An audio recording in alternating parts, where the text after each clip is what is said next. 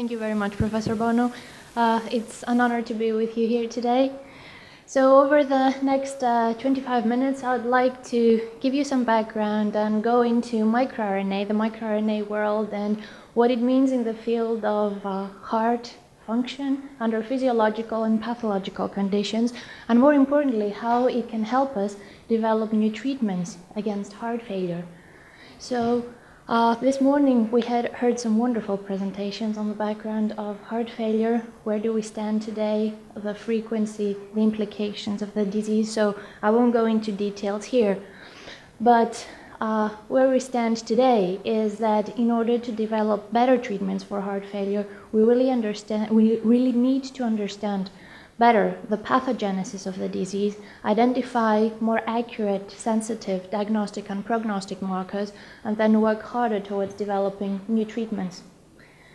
Towards this direction, I'd like to talk to you about microRNAs and how they can help us towards all these three axes. So microRNAs, I'm sure you've all heard about them, but for the students in the audience, I'd like to refresh your memory. We're talking about molecules that are nucleotides. They're about 22 nucleotides long in size. We have thousands of them, different microRNAs that are produced normally in humans and of course all other species. And what do? MicroRNAs, they can regulate the expression of mRNA to proteins. How? Either by mediating the mRNA degradation, so they bind to mRNA and lead to its degradation, or by preventing mRNA from being translated into proteins.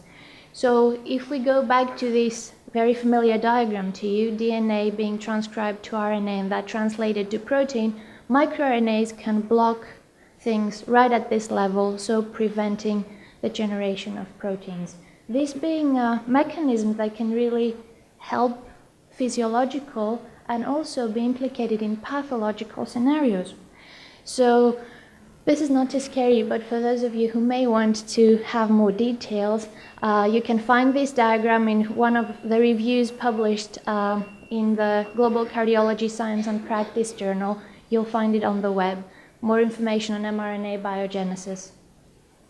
Just to give you an example of how important a role microRNAs are starting to play in biosciences, since they were first described in the late 90s, you can see the number of publications, how they have been increasing in PubMed, with over 34,000 different publications in PubMed as of a search in October 2014.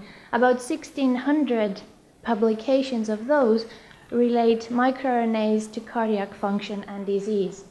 So there's really a lot that we're learning and many important things that are being discovered in the process. So what do microRNAs exactly do? In normal tissues, you can see how their expression is very distinct between different tissues. And how do we see this? In this figure on your left-hand side, every column represents a different tissue. Every line represents a different microRNA. And the red and green colors you're seeing have to do with the levels of expression. So you can tell that this dendrogram here is in a bigger view over here. You can see how the cardiac tissue and the skeletal muscle have many similarities in terms of the colors, the expression levels of different microRNAs, and how these can be very distinct from other tissues. This is under normal conditions, so why are they expressed differently, yet uniquely in this tissue, in each tissue? Because they have very specific and important functions to perform.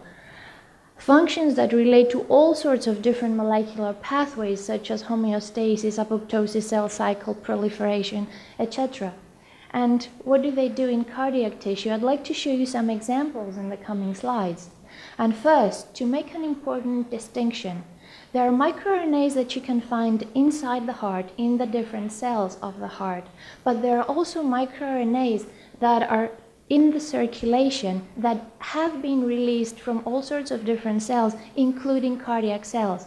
Both these types of microRNAs can give us valuable information in understanding normal cardiac function and, very importantly, in the disease setting, both at the diagnostic and prognostic level, and importantly, at the therapeutic level. So let's see exactly how this would work.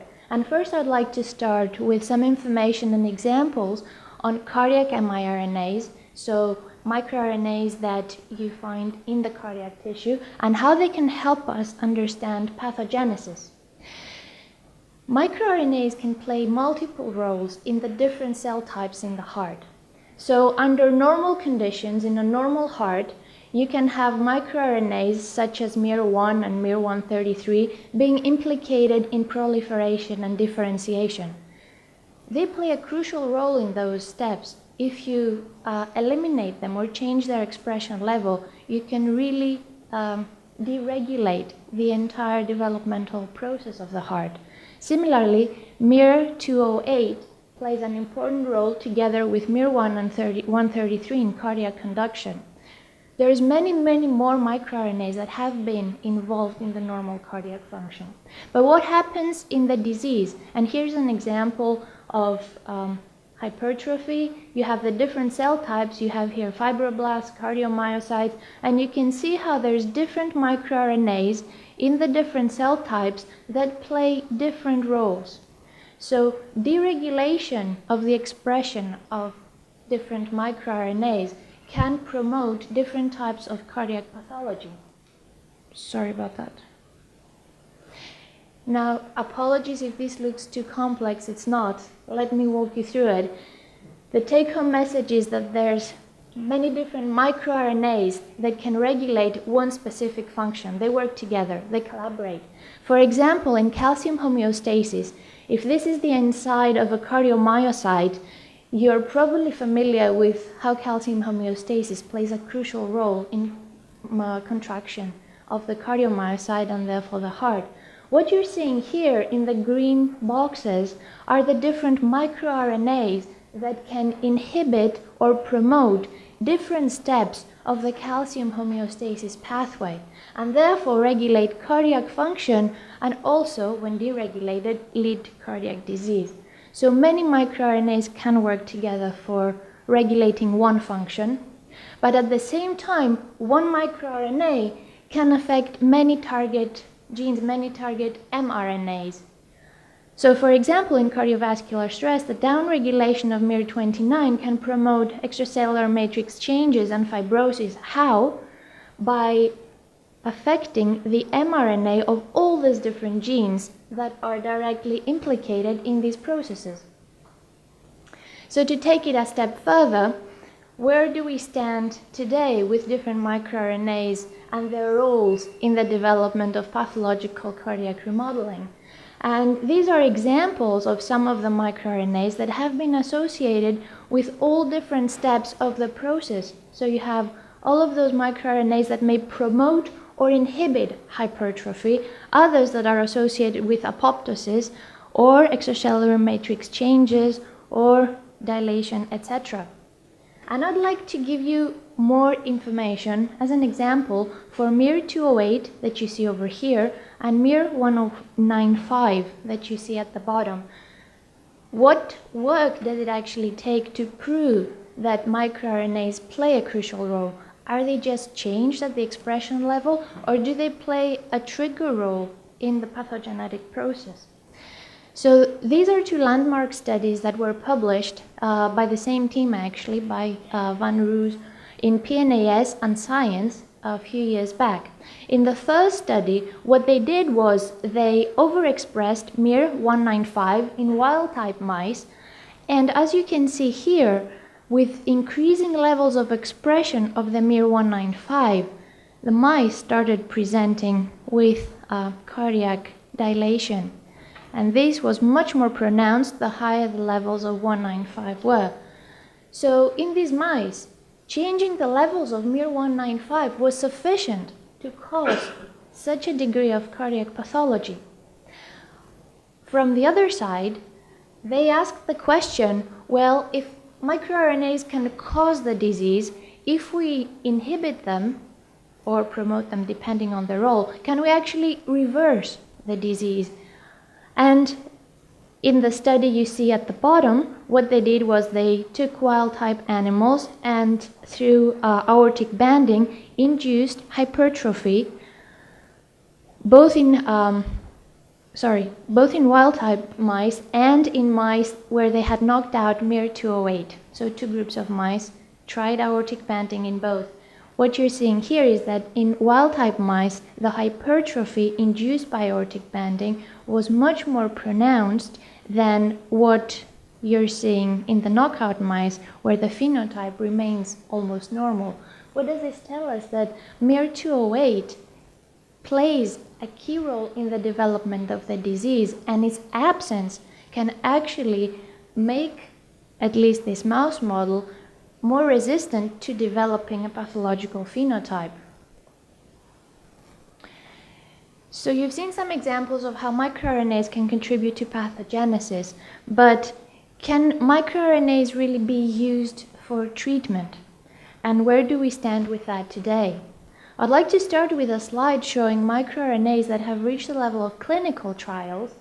One's MIR122, an inhibitor for hepatitis that is being right now in phase 2 trials. The phase 2A trials results were published a year ago in the New England Journal of Medicine, showing very promising results.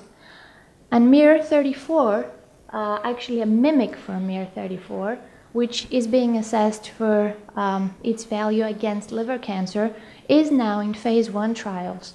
So microRNAs are being evaluated not only for their pathogenic role, but also as treatments themselves. How can microRNAs serve as treatments or as therapeutic targets? There's many different ways, and there's many different types of modified microRNAs, if you want, that can be used. So in this diagram here, what I wanted to show you are the different types of microRNA-related molecules that are being assessed. So you can have small molecule inhibitors that can actually block the transition of primary microRNAs to pre-miRNAs, so block things at the very first stages of the process. Or miRNA vectors, where we're actually using adeno-associated viruses to block, again, these early stages. Then you can have different molecules chemically modified to act at specific steps of the process, such as antisense oligonucleotides, miRNAs that actually mask the binding sites on the mRNAs so that the naturally occurring miRNAs can't bind. You can have miRNA sponges. The name probably gives away the clue, where they can bind to a broad range of different miRNA molecules and prevent them from performing their functions. Or, miRNA mimics, so molecules that we have chemically synthesized to mimic the function of miRNAs. This is something you would want to do if, in the pathological setting, you would have too low levels of the naturally occurring miRNA. So you would want to increase this, and you can achieve it by using an miRNA mimic. So when it comes to considering microRNAs as treatments in the heart disease setting, what we would ideally want to have is cardiac-specific delivery, efficient cellular uptake, which would lead to increased therapeutic benefits and reduced adverse effects.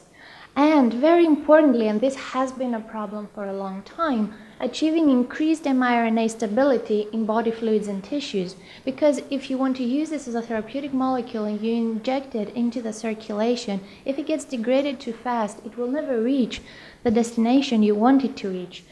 And this so far has led to the requirement for very high doses of the mRNA drugs, if we can call them this way, with various toxic effects these can have. So increased stability would allow us to have a greater effect at reduced doses. Some of the chemical modifications that have been considered include cholesterol conjugates called antagomers, antimers, sponge constructs, miRNA mimics, nanoparticles, such as the ones we heard from Dr. Hytham earlier, locked nucleic acids, which is a very exciting and promising tool, exosomes. Exosomes are actually natural occurring vesicles that emanate from the cells, from the plasma membrane.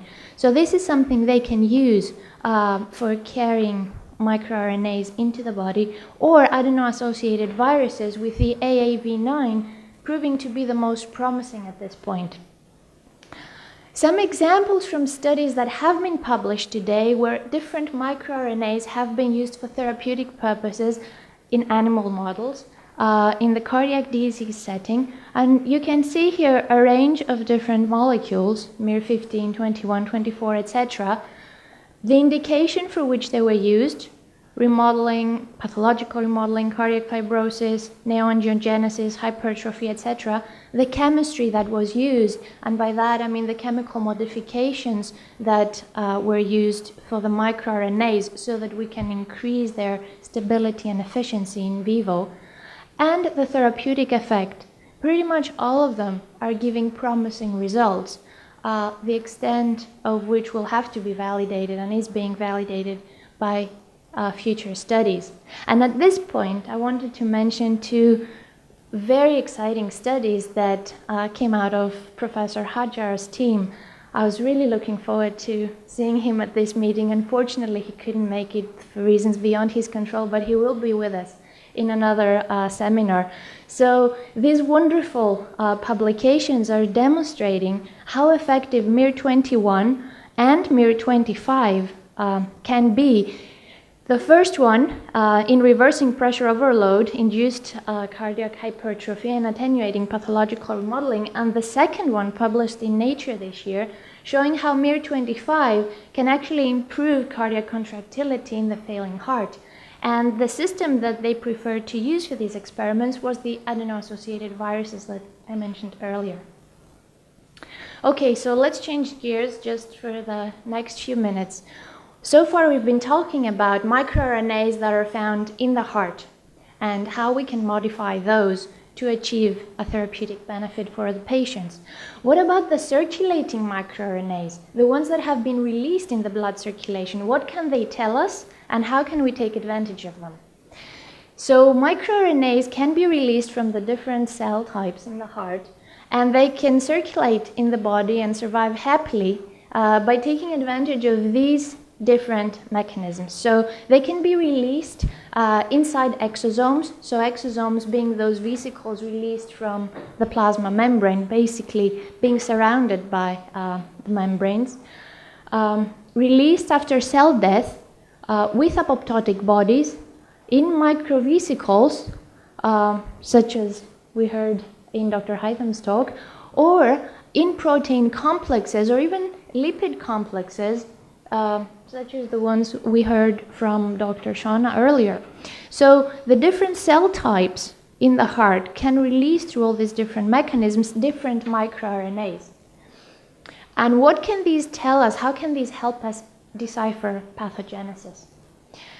One of the studies published this year in JCI by Dr. Bang is showing in a very impressive way how stress signals can actually stimulate cardiac fibroblasts to reduce microRNA 21 star enriched exosomes. So basically what this is, these are exosomes that are being released from the cardiac fibroblasts containing miR-21 star. So that's different from miR-21. This, once released in the circulation, does its journey and ends up reaching cardiomyocytes, gets incorporated in those cells, and triggers a series of molecular mechanisms, including the downregulation of those two genes, which in turn stimulate cardiomyocyte hypertrophy. So this is just an example from a very recent study, but an example that is opening the way to many more similar studies and is promising to reveal in the future the role of circulating microRNAs in many more processes. What about circulating microRNAs in identifying diagnostic and prognostic markers? And here I'd like to tell you just a few words about the projects that we're working on at QCRC and where we're hoping to take it in the near future. So, first of all, are circulating microRNAs indicative or different in patients compared to healthy individuals? And this study has shown us in this hierarchical clustering diagram that yes, indeed, signatures are very different. And how are we seeing this here? Again, every row is a different microRNA. Every column is a different individual. Over here, you have, in this branch, you have coronary artery disease patients, and here, healthy individuals.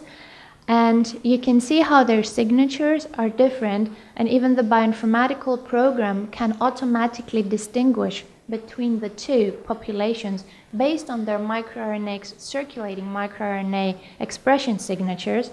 And if one digs into the literature, you can see how vascular and inflammation-associated microRNAs are downregulated in CAD, whereas cardiac muscle-associated are increased. Now, what are we doing here at QCRC? One of the things that we're starting with is acute myocardial infarction, since it is a leading cause of death and a big issue worldwide, including here in Qatar. And specifically, we want to study it in the context of primary percutaneous coronary intervention, post-primary PCI. This is being used as a highly effective treatment, you know much better than myself. But as we hear from the clinicians, patients who receive post-primary PCI have a variable response.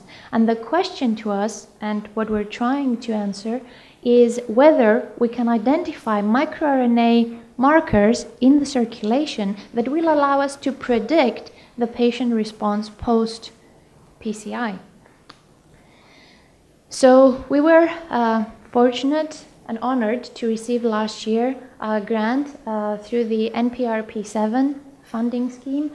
And the three key aims in this grant are to define the circulating microRNA changes, so the signature, the microRNA signature of the patients, the AMI patients that have received post-primary PCI at the different disease stages, determine their correlation with major adverse cardiac events, and take it a step further to understand mechanistically what do these changes mean. So why are these microRNAs changed in the circulation? What is their function? And what downstream molecular mechanisms are they inhibiting or activating?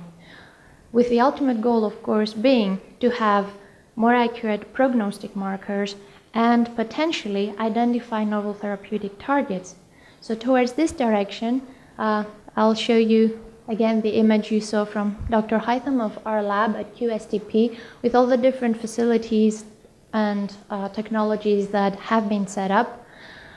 In close collaboration with the Heart Hospital, we're very fortunate to be able to start recruiting patients for this study, proceeding with blood collection, and from there we will take it to the isolation of circulating microRNAs, screening globally in an unbiased way for all the microRNAs that may be there, so screening for thousands of microRNAs at the same time in each patient, and from there on intense bioinformatical and biostatistical analysis to determine what is significantly changed in each disease stage. And finally, the functional characterization of these microRNAs to understand the biology and their role. So microRNAs in heart failure, I hope in this short talk I was able to show you how important a role they can play both in physiological and pathological functions. At the cardiovascular research level, they have been shown to be very important in cardiac development and function, disease pathogenesis, iPSL reprogramming, which we will hear about by Dr. Faison tomorrow, as well as tools such as anti-microRNAs and miRNA mimics. In the heart failure clinic, they're promising to have an important role in the diagnosis, prognosis, cardiac tissue engineering, and targeting for therapeutic targets. In this last slide, I would like to thank the very many people that we're fortunate to collaborate with, our continuously expanding QCRC team, Professor Sir Magdi Yacoub for giving us the opportunity to be together and work toward this, Professor Bono, and all the different members of the team, and importantly, the clinical collaborators, the clinical team here at the Heart Hospital, and especially Dr. Jassem and Dr. Jahani, whose help has been invaluable in getting this project up and running. Thank you very much.